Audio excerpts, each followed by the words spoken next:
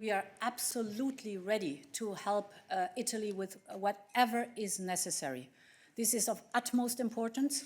This country is severely hit by coronavirus, and we all know that they need help right now. So whatever is necessary, we support. Whatever they need, we will answer. And we know that they are also, like many other member states, hit by the crisis that follows coronavirus. So for all of us, it's very clear that the next one can be another member state. We set an example right now to help the Italian people, to help the Italian government and the Italian country as a unity, because this is for us helping the European Union too. We are all in this moment Italians. Yeah, to answer to the second question, I can reiterate once again that we are ready to take all necessary measures, use all flexibility as foreseen in Stability and Growth Pact to allow member states to effectively respond to the crisis. And this is a general approach, spirit with which we'll be approaching member states' response and specific requests of member states. I cannot now go into details on each specific request of each specific item which may come, but I think our general response is very clear. The lady here. Noch zwei Fragen? Good day, Kushita from BAR. I have a state aid question and I have a competition question. Commissioner Vestager, could you perhaps just clarify if these measures, these framework for state aid requests, is this a special instrument or is this a more general tool where you would be dealing with requests on an ad hoc basis? If it is general, I was wondering if there's a question of timing. Is it an open-ended tool, or is it for a period of time? And how does it compare to the tool that was used in the banking crisis? And the competition question is this, can you confirm whether as a result of the virus, that DG Comp is, is perhaps looking at certain sectors specifically to detect price gouging or in general any anti-competitive practices? Thank you. We do a number of different things right now. As said, we have a specific dedicated phone number. It is manned all hours of the day, all days of the week.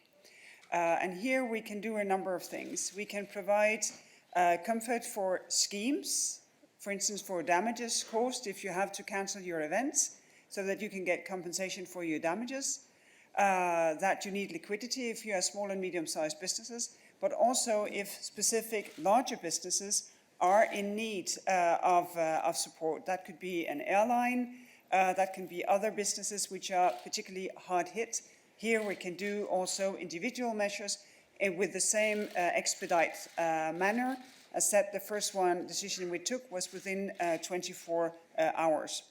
And I think it's also important here to see that we use a legal basis that allows us to escape the one-time, last-time principle, which means that also businesses that have had support within the last 10 years can be eligible for support if need be in this special situation.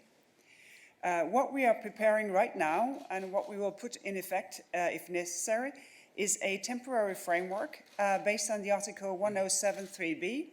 It was the same thing that was used during the financial crisis. Back then, it was changed several times in order to stay fit for purpose. Actually, it's the legal basis still for the banking communication that we also may have to use in this very specific situation.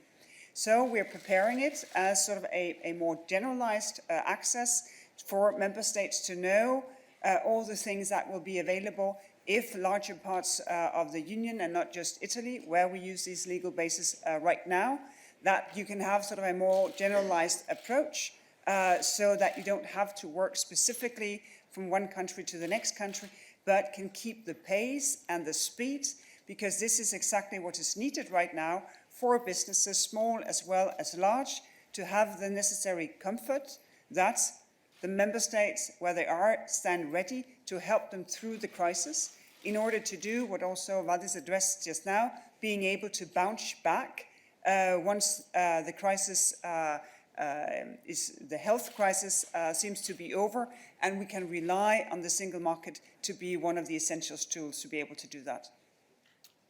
Griselda.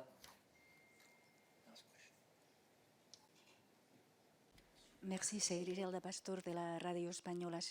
J'aimerais savoir si, de facto, on est face à une suspension, je ne sais pas si temporaire, du pacte de stabilité. Est-ce qu'on peut conclure que le pacte de stabilité est temporairement en suspens? C'est ce que vous êtes en train de nous dire quand vous dites que les États membres ont la capacité, que vous allez les raccorder, la capacité d'investir tout ce qui sera nécessaire pour faire front au coronavirus. The Growth Pact has an enormous breathing space, and we never used it to the full extent. And that's what we're doing now. We're taking a deep, deep, deep breath and using all the space we have with the flexibility. So perhaps you want... Yeah, indeed. So we are not suspending the Stability and Growth Pact.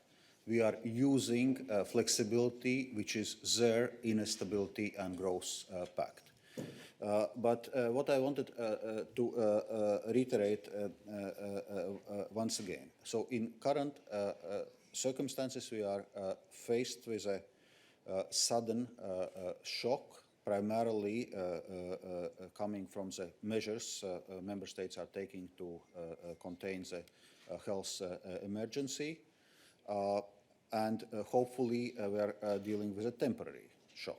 So we need to finance this crisis response, but what is important is that we at this time need to provide all the necessary liquidity to our companies, especially SMEs. We need to support our people, so to deal with the social impact, to avoid the situation where this temporary shock becomes with a more negative lasting effects on the economy. Because if in this situation, companies will start to go out of the business, will start to lose productive capacity of our economy, and this effects of economy may turn out more lasting. So that's why we are emphasizing so much this need to support our companies, need to support our SMEs, not to lose the productive capacity of the economy, and that's why we're using flexibility both within Stability and Growth Pact and both within our state aid rules.